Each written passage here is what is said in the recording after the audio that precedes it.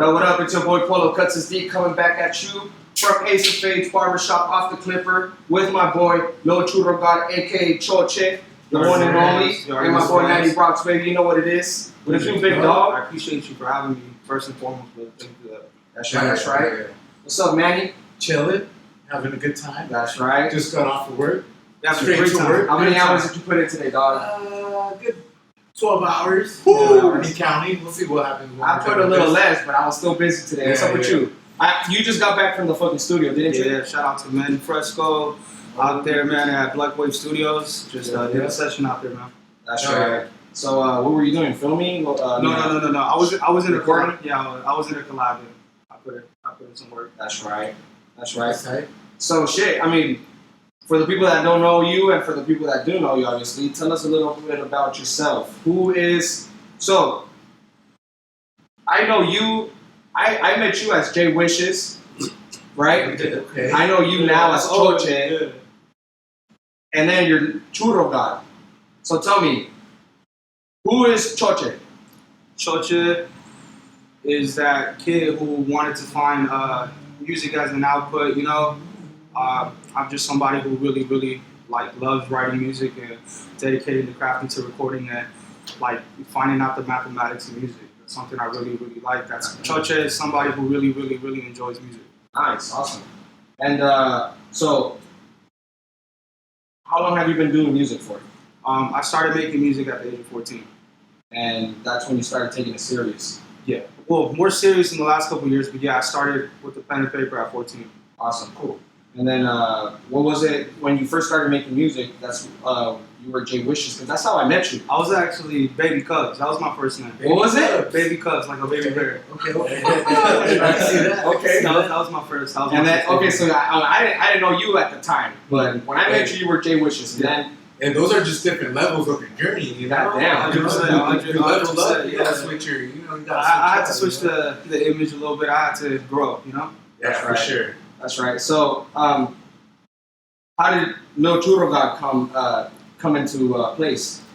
Yeah, so what I do for work is I'm a professional vendor. So I travel with a bunch of sport teams and events, like a lot of events, like festivals, like EDC and such. So all those raves, and then also like sports. Yeah, I've been there years in a row, bro. Oh man, I would love to work there. Amazing, bro. Man, hey, my boys out there putting in work, dog. Man. You don't want to pay me to party. It's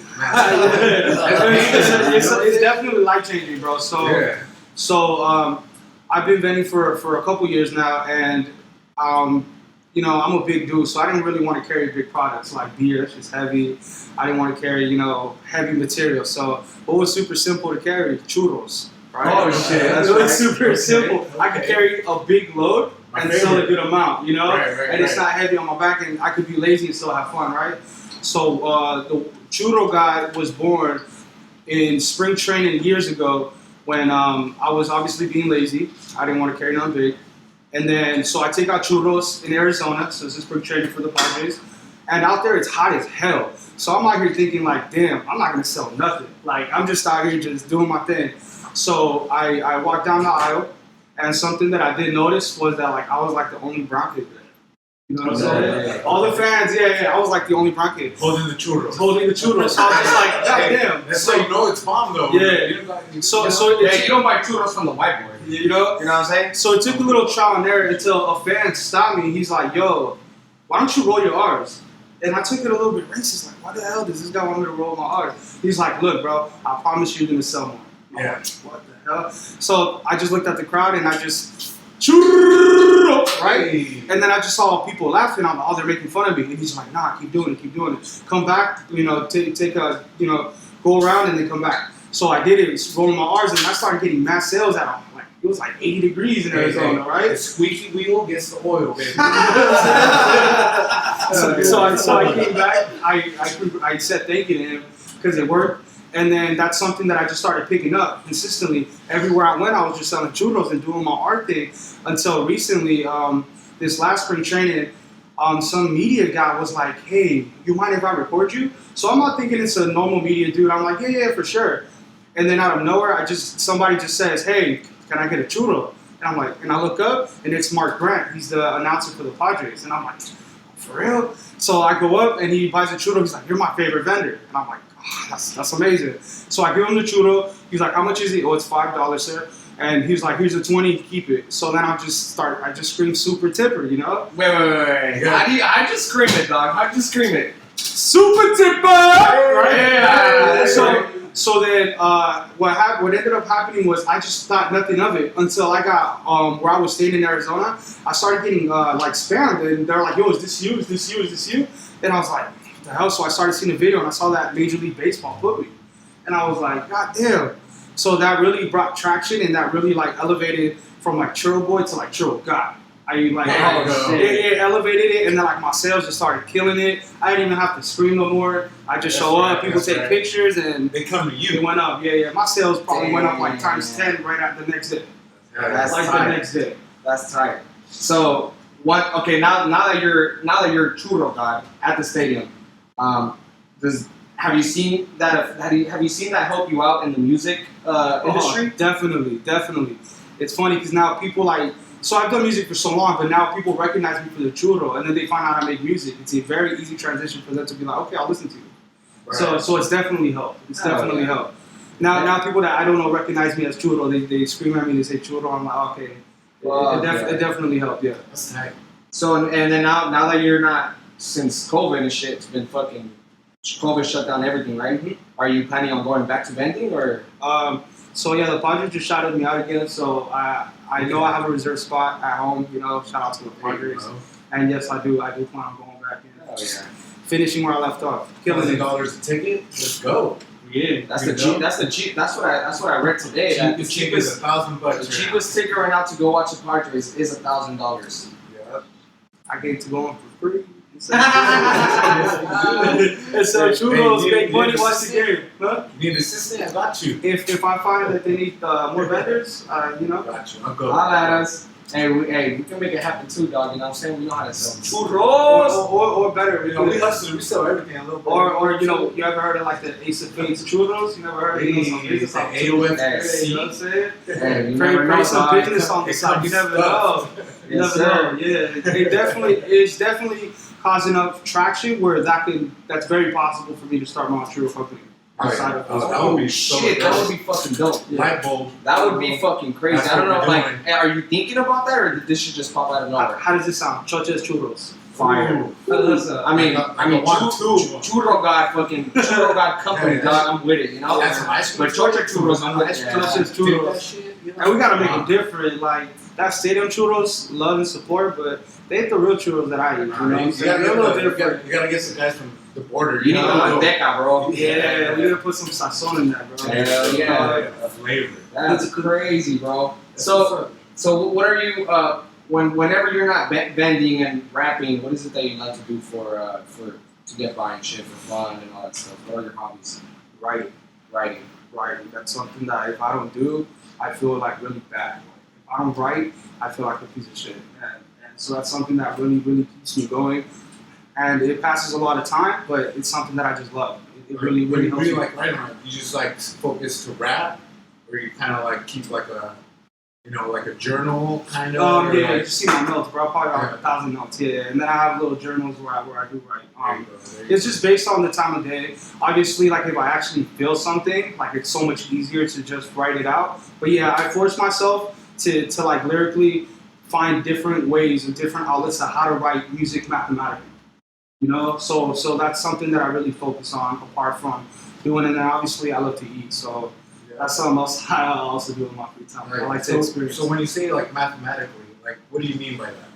So like, what does math and like rap and writing have to do with? so everybody understands that like when somebody falls off beat, you know, Okay. and like no disrespect, there's artists who could fall off beat and sound great, right? Right. But like I structured myself because of how my past was and how unexperienced I was, and I saw how I could get better. I made it a mission to understand how to never fall off beat. So now I look at music mathematically. So now I know when to switch the verse, when to switch the sound. Okay, am I sounding too repetitive, too long? Let's switch that. Like I focus on different things, and I use my inspirations like the people that I looked up to in music, and I try to get things and base off and grow from there. Who are people you look up to? Who are musicians, rappers that you look up to? So I felt like I was gonna do music regardless because I've done it. Because even before 14, like I wanted to make music, but like an artist who stood out to me, his name is Hobson, bro. Maybe a lot of y'all don't know who the artist is. No, I know who he is. Hobson, like the way he spoke and his emotional sense in music, and that's why I feel like my music's very emotional today. Because that's where I picked up that sound and that style. So I would say Hobson. I would say the whole Funk Volume team, especially because like. Not to like make this like a pity party, but like, you know, it wasn't easy in the beginning. You know, people spoke their minds and they weren't very progressive in me wanting to make music, right? So there's this clan who was very like negative towards me about this, and they were like odd future heads, right? Yeah. So then one day I hear Hobson and he does this song called "Ill My Core," where he disses Odd Future. He disses Tyler the Creator. So in my head, he spoke for me to those people that were like bullies to me. So after that, I'm like, yo, I gotta express myself. I gotta put this out, and then that's when, for yourself. That's when I started. That's when I started writing and speaking my mind. Do this, fuck do that, you know. And then it progressed. It's good, man, because like me myself, like I like writing. Like there's so much shit going on in my head that I actually have to write it down, like a journal, you know, not a diary. But you know, there's just so much clutter in my mind where I actually have to write it down on paper, so it's just not repeating over and over in my head. You know? And I heard that works. Yeah, it does, because you know, like say you're worried about something, you're thinking about all day, like it loops, it loops. So when you write it down, you're kind of like releasing it. Exactly. You know, exactly. And then you look at the paper. You know, when you're thinking about it, it's like say it's like 3 things you're worried about. It's like it turns into a million things over and over and over. But when you write it down, it's more of a visual. Like, all right, well, it's these 3 things, and that's it. Like you kind of focus more that it's all right, these things and that's it, instead of just having it overthinking like mother. Yeah, exactly. So that's why I write, because I have an active mind. Yeah. You know, it never stops working, keeps me up at night. So I write a lot. You know, just bullshit. It's not like I'm writing a story or anything. It's just more releasing my thoughts, writing on paper, and then just letting go of that. You know, do you consider that an easy thing? Yeah. Yeah. I love writing. Like, as far as back I could remember, I would always have like a pen and paper, whether it's doodling, you know, doing a little graffiti, writing, you know, my favorite quotes, you know, just different things that like inspire me. You know? That helps a lot. So that's what I do with my journaling. I hear different quotes and like sayings and whatever. I write it in a book. So whenever I'm feeling kind of low or down, I go through back whatever I wrote, everything that inspires me, and it kind of brings me back up, you know? Shit. It's like venting. Also, you know, you're rereading what you like, and it kind of inspires what you've been through too, bro. Yeah, like, you started like, oh damn, this day I felt like this. Like, yeah. It's a great feeling. It's crazy to like write something down and then go back to it and like, you know what? Like I can't believe I was thinking this way at this moment. It's like it kind of just checks you, you know, instead of just having it in your head. Music to me is definitely an escape. More than like something that like I passionately like I'm ready to do all the time. No, it's actually like more of an escape.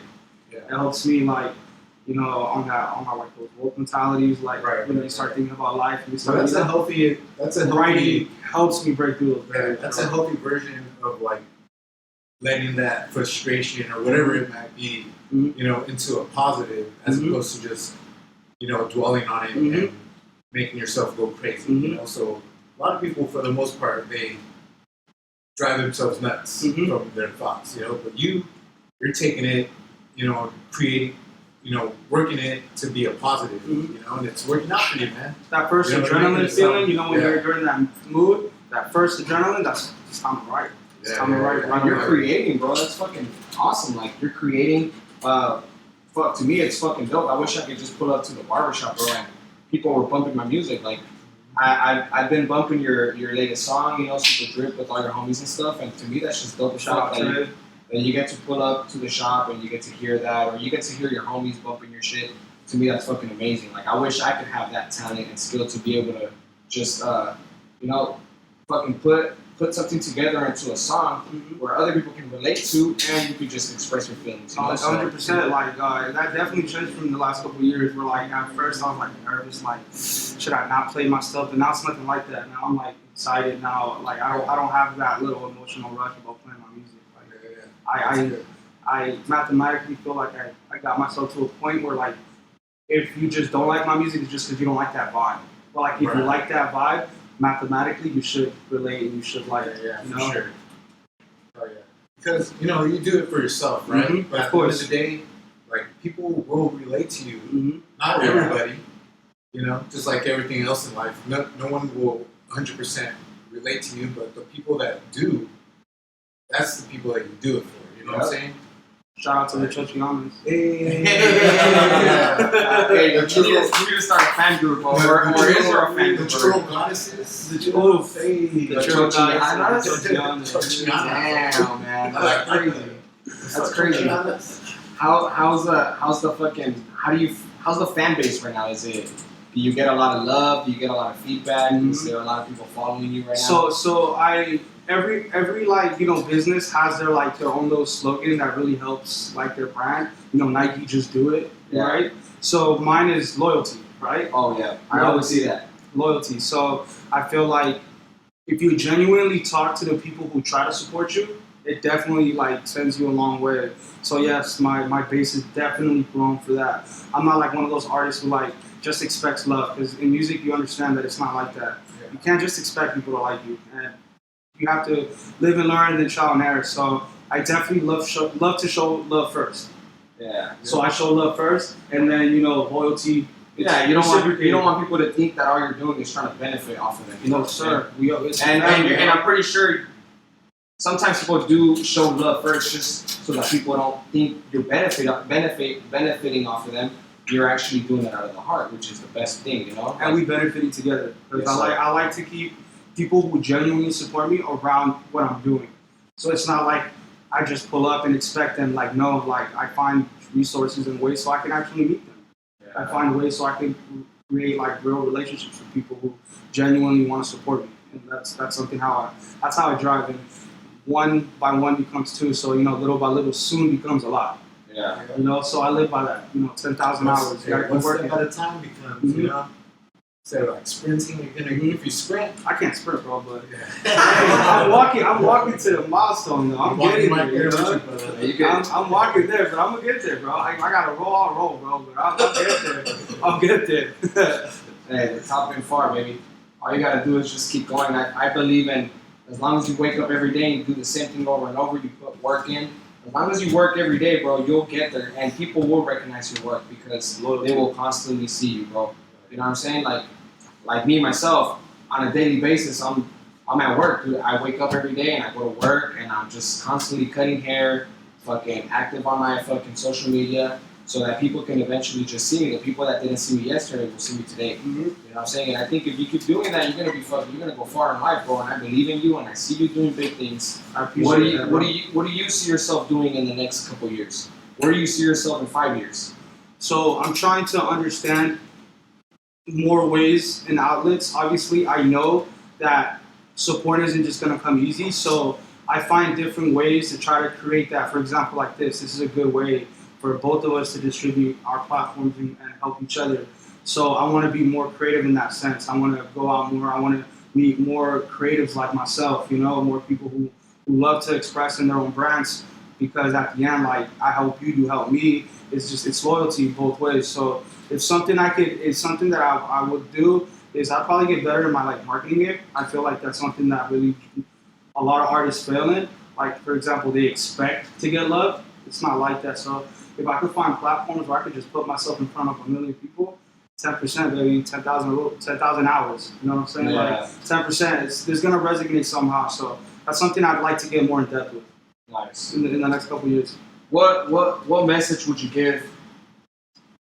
What message would you give a kid right now that's scared to take that step and say, you know what, I'm ready to be an artist, I'm ready to be a rap artist, I'm ready to start my own business. A kid, an adult, a human, any type of person that wants to start something, just how you just jumped into this and you said, fuck it, I'm gonna go big. I'm not gonna fucking bullshit, I'm gonna do this shit because this is what I love. What do what advice do you give that person that wants to do something with their life? So I feel like everybody's idea to like do something, like for some reason, like money's always an obstacle, right? It's always in that form, and I feel like if you really really try, you'll find ways to do it. So like my first little equipment, like my whole setup was like $300, and I understood that, right?